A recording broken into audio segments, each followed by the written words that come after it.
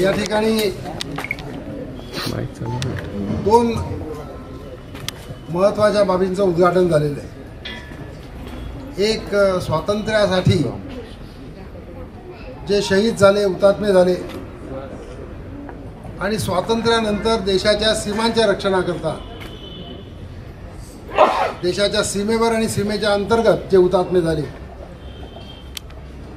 त्यांच्या स्मृतीची अमर ज्योत ही या ठिकाणी आपण वीरपत्नी स्मिता साळसकर यांच्या हस्ते प्रज्वलित केलेली आहे।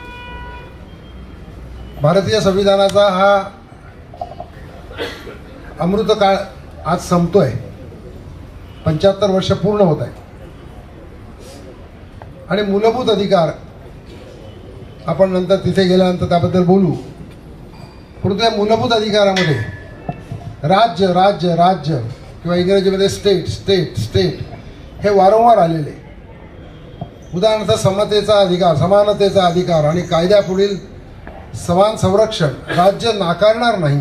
मग हे राज्य कोण हा प्रश्न आपल्याला शिकवताना आला आणि त्यावेळेला माझ्यासमोर राज्याचा गाडा कोण हाकतं असा प्रश्न होता आणि त्यातून ही कल्पना आली की राज्याचा गाडा हाकणं, मग हा राज्याचा गाडा म्हटल्यानंतर गाडा म्हणजे काय आणि मग बैलगाडी डोळ्यासमोर आली।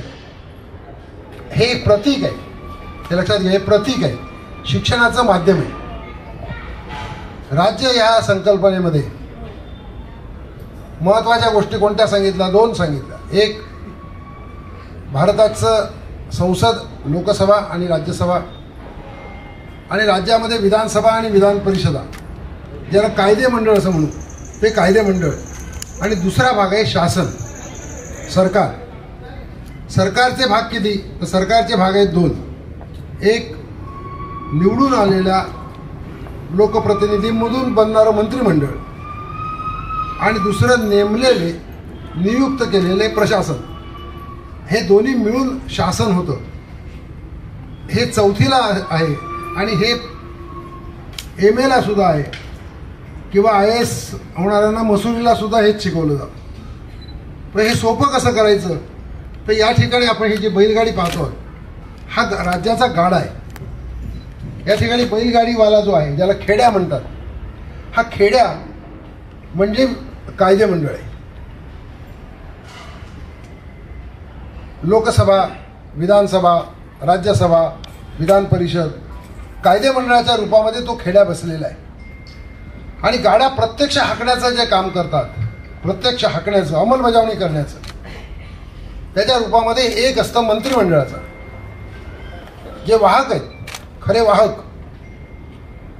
आणि हे जे वाहन प्रत्यक्ष वाहून नेणारे, गाड्याचा वाहून नेणारे आहेत, त्यातला एक हा प्रशासनाच्या रूपामध्ये आहे आणि दुसरा मंत्रिमंडळाच्या रूपामध्ये आहे। आणि या प्रशासनाला संयमित करण्यासाठी, अंकुश ठेवण्यासाठी, कायदे बनवण्यासाठी आपल्याला याच्यावर बरंच काही शिकवता येण्यासारखं आहे। परंतु ते जे अंकुश, आपण ज्याला पागा म्हणतो, ते निरनिराळ्या विधानसभेची आयुधं ही त्यांच्यामध्ये आहेत की ज्यामुळे ते कार्यकारी यंत्रणेवर किंवा सरकारवर अंकुश ठेवू शकतात। विविध पद्धतीने आपल्याला याला शिकवता येण्यासारखं आहे। मूलभूत अधिकारामध्ये हा एक महत्त्वाचा भाग, ज्याला अनुच्छेद 12 म्हणतो, त्याला आपण प्रतीक बनवण्याचा प्रयत्न केला। लक्षात घ्या, हे प्रतीक आहे। पलीकडे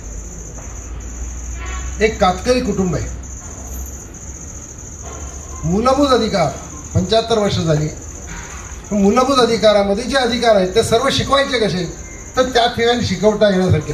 उदाहरणार्थ, तिथे बकऱ्या घेऊन जाणारा मुलगा आहे, म्हणजे शिक्षणाचा अधिकार आहे, परंतु प्रत्यक्षात शिक्षणाचा अधिकार त्याला मिळालेला नाही। तो मिळवून द्यायची जबाबदारी राज्य या व्यवस्थेची आहे।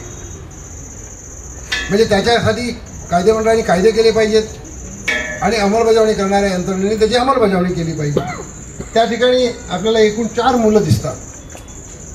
याचा अर्थ कुटुंब नियोजन यावर भर देण्याची आवश्यकता आहे। ती कुपोषित मुलं आहेत, तो कातकरी जो आहे तो देखील कुपोषित आहे।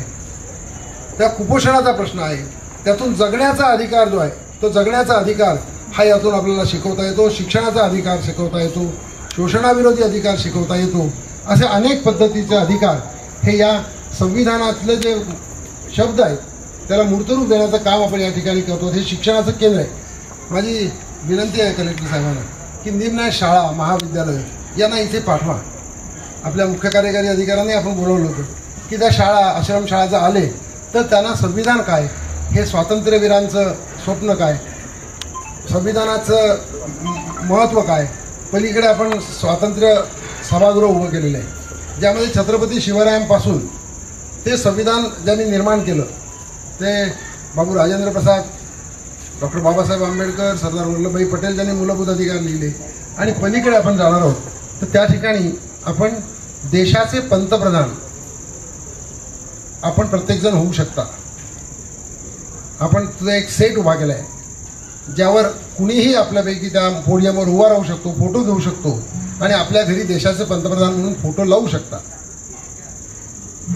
याचा अर्थ काय तर देशाचा पंतप्रधान, या देशाचा नागरिक कोण होऊ शकतो ते आपण तिथे शिक्षण दिलेलं आहे.